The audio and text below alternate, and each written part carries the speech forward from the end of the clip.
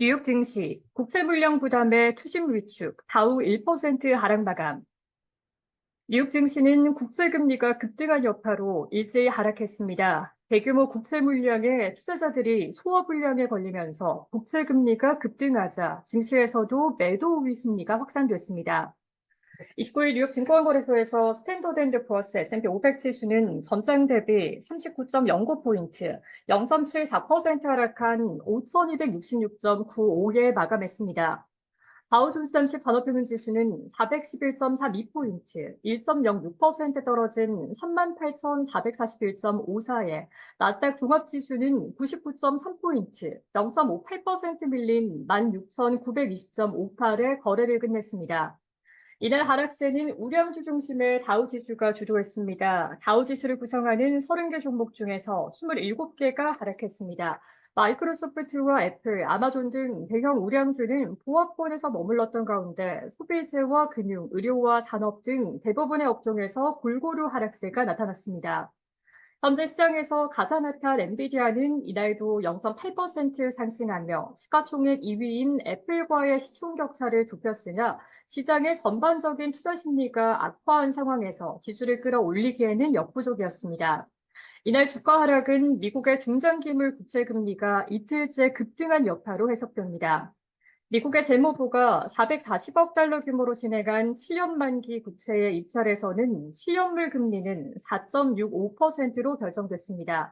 응찰률은 2.43배로 앞선 6번의 평균 입찰 평균치 2.53배를 하회했고, 직접 낙찰률은 16.1%로 앞선 6회 입찰 평균이었던 17.6%를 밑돌았습니다.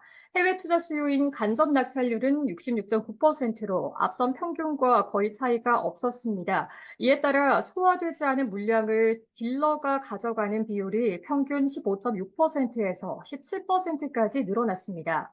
전날 2년물과 5년물의 1,390억 달러 규모의 국채 입찰에서도 수요가 악화했는데 이날 7년물 입찰마저 시장이 미적지근한 반응을 보이자 위험 회피 심리가 강해졌습니다. 그간 미국의 국채 물량을 시장이 소화했으나 갈수록 부담이 커지는 모습입니다. 채권 금리 상승은 통상 기술주의 악재로 받아들여집니다. 성장주인 기술주는 고금리 환경에서 매력도가 상대적으로 낮아지기 때문입니다.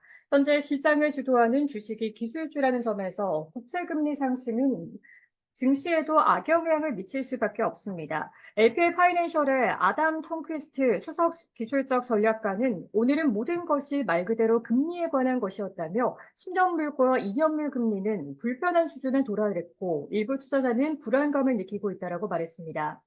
연방준비제도의 경기평가 보고서인 베이지북에서 미국 경제가 전반적으로 확장세를 유지하고 있다고 평가한 점도 기준금리 인하 기대감을 압박했습니다.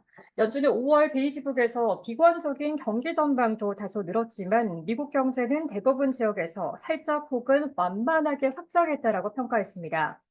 세일즈포스는 1분기 실적을 공개한 가운데 매출이 예상치에 못 미치면서 시간별 거래에서 주가가 17% 넘게 급락하고 있습니다. 세일즈포스는 매출 가이던스도 시장 예상치에는 소폭 못 미쳤습니다.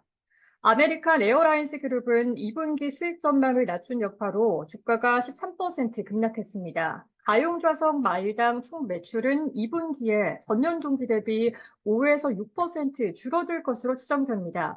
이전의 예상치는 1에서 3% 감소 수준이었습니다.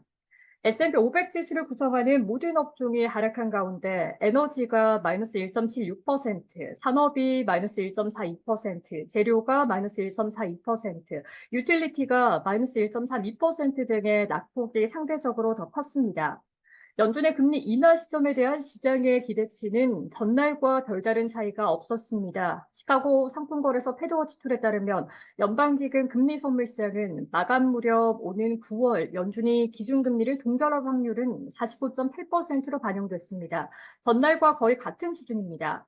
시카고 옵션거래소 변동성 지수는 전장보다 1.36포인트 상승한 14.28을 기록했습니다.